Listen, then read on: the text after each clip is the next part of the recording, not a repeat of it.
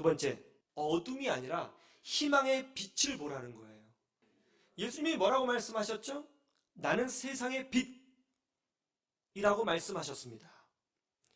질병의 어둠, 죄악의 어둠, 낙심의 어둠, 버림받음의 어둠, 상처의 어둠, 차별의 어둠, 두려움의 어둠, 절망의 어둠, 심판의 어둠, 방황의 어둠, 이 코로나의 어둠 속에서 생명의 길을 보여주시고 구원의 길을 보여주시고 희망의 빛을 보여주시는 분이 바로 예수 그리스도이시다 하는 것을 예수님이 말씀하고 계시는 거죠. 우리는 오직 예수 그리스도 안에서만 구원의 빛을 볼 수 있는 거예요. 아멘. 우리는 예수님 안에서만 생명의 빛을 볼 수 있습니다. 우리는 예수님 안에서만 희망을 볼 수 있습니다. 믿으시기를 주님의 이름으로 축원합니다. 그래서 예수님이 세상의 빛이 되시는 것이죠. 그런데 중요한 게 뭐죠? 그 예수님을 나의 구주로 영접한 자들에게는 생명의 빛을 주신다는 거예요. 여러분 예수님 믿으시죠? 그럼 이미 여러분 안에 생명의 빛이 있어요. 믿습니까? 생명의 빛이 있습니다. 이 생명의 빛이 있는 사람들은 어둠에 사로잡혀 사는 사람이 아니에요. 제가 말씀드렸죠. 양초 하나만 있어도 골목길이 밝아지더라니까요. 생명의 빛이 있어요. 여러분 안에는. 생명의 빛이 있는 사람은 절망을 보지 않아요. 어둠에 사로잡혀 끌려가지 않아요. 생명의 빛이 있는 사람은 생명의 빛을 바랍니다. 희망을 비춰줍니다. 할렐루야. 사람들에게 영적 희망을 주었던 노먼 빈센트 필 목사님이 식사 후에 차를 마시고 있는데 한 중년 남자가 목사님을 찾아왔습니다. 아주 절망에 빠진 얼굴로, 낙심한 얼굴로, 넥타이도 다 흐트러져 있고 머리도 흐트러져 있는 모습으로 목사님을 찾아왔어요. 목사님이 자리에 앉으라고 했더니 앉자마자 이렇게 얘기합니다. 목사님, 제가 평생 노력한 것이 부도로 다 날아갔습니다. 제 인생이 날아갔습니다. 아무것도 없습니다. 남은 게 없습니다. 저와 제 가족은 앞으로 어떻게 살아야 됩니까? 그러니까 목사님이 종이와 펜을 꺼내서 다시 질문합니다. 모든 것을 다 잃어버리셨습니까? 예, 다 잃어버렸습니다.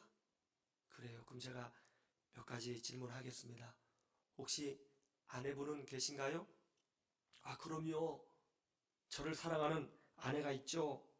그러자 목사님이 종이 위에다가 사랑해주는 아내라고 썼어요. 다시 질문합니다. 혹시 자녀분들은 있습니까? 아, 예. 착하고 귀여운 새 자녀가 있죠. 가족을 생각하니까 가슴이 더 찢어지는 것 같네요. 그러자 목사님이 종이 위에다가 귀여운 새 아이라고 썼어요. 그리고 다시 한번 그 중년 남자에게 물었습니다. 혹시 주변에 친한 친구는 있습니까? 아, 그럼요. 제가 찾아가면 언제든지 만나주는 친구들이 있습니다. 그러자 목사님이 종이 위에다가 찾아가면 언제든지 만나주는 좋은 친구들이라고 적었습니다. 마지막으로 중년 남자에게 물었습니다. 집사님, 건강은 좀 어떠세요? 건강한 편입니다.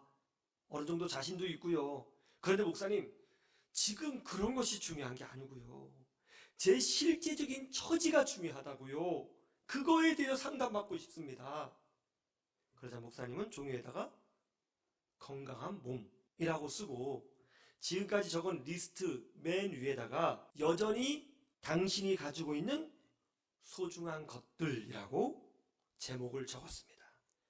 그러자 그 중년 남자가 의미심장한 미소를 지으며 이렇게 말하죠.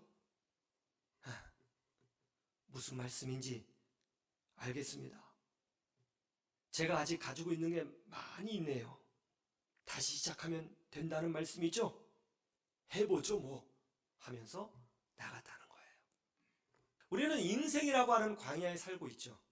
우리가 살고 있는 이 땅은 우리가 영원히 살 곳은 아닙니다. 잠깐 살다가 끝날 겁니다. 여기는 광야죠. 그러나 우리가 이 광야를 산다고 해서 우리는 광야만 보고 살지는 않습니다. 우리는 불기둥을 보고 사는 사람들입니다. 우리는 어둠을 보는 사람이 아니에요. 우리는 절망을 보지 않아요. 우리는 부정적인 것을 말하지 않습니다. 우리는 하나님을 보고 희망을 노래하는 사람들이에요. 모든 사건이 그런 거죠. 물론 우리가 중간중간 불평할 수도 있고 힘들어서 낙심할 수도 있고 화를 낼 수도 있고 그럴 수 있어요. 그리고 누구에 대해서 뭐 안 좋은 이야기 할 수 있습니다. 그러나 그것은 매우 짧은 거죠. 그것은 진심이 아닌 거죠. 한탄일 뿐인 것이죠. 우리의 진심은 뭡니까? 빛을 보는 거예요. 우리가 사람을 볼 때도 마찬가지죠. 아, 저분 왜 저래? 저분은 이런 게 좀 나쁜 거네. 요게 좀 문제가 있네. 이게 세상 방식이죠. 여러분, 세상 직장이 직원을 뽑을 때 뭘 보나요? 안 좋은 점이 무엇인가를 보고 걸러내려고 합니다. 요즘 그렇죠? 이 사람 이게 안 좋네. 저 사람은 저런 습관이 있네. 이 사람 이게 안 좋아. 이게 세상의 방식이죠. 우리는 어떤 사람이라고요? 아무리 문제가 있는 사람을 봐도 우리는 거기서 그 사람의 빛을 찾아요. 이게 그리스도인이에요. 아, 이분은 이런 장점이 있네. 이게 참 좋아.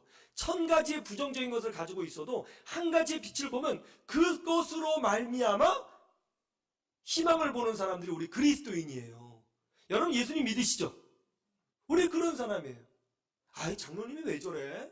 아, 장로님 정도면 저렇게 하면 안 되는 거 아니야?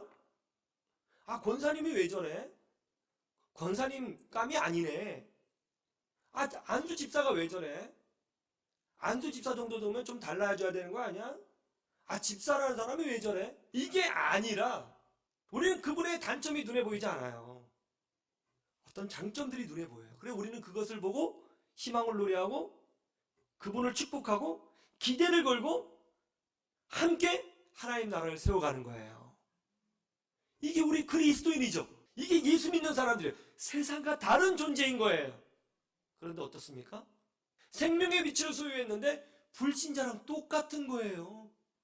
여기에 우리의 안타까움이 있는 거죠. 아닙니다. 우리 안에 생명의 빛이 있어요. 우리는 상대방을 볼 때 장점을 봅니다. 장점을 봐요. 빛을 봅니다. 하나님이 그분에게 주셨던 놀라운 은혜들을 봅니다. 하나님이 그분을 붙잡고 있는 손길을 봅니다. 하나님이 그분을 사용하시는 이유를 봅니다. 하나님이 그분에게 기적을 주시고 하나님이 그분에게 성령을 주신 이유를 봅니다. 우리는 하나님을 봅니다. 할렐루야. 그래서 우리는 희망을 보는 거예요. 이것이 바로 생명의 빛을 소유한 사람의 특징인 것입니다. 이 능력으로 승리하시기를 주님의 이름으로 축원합니다.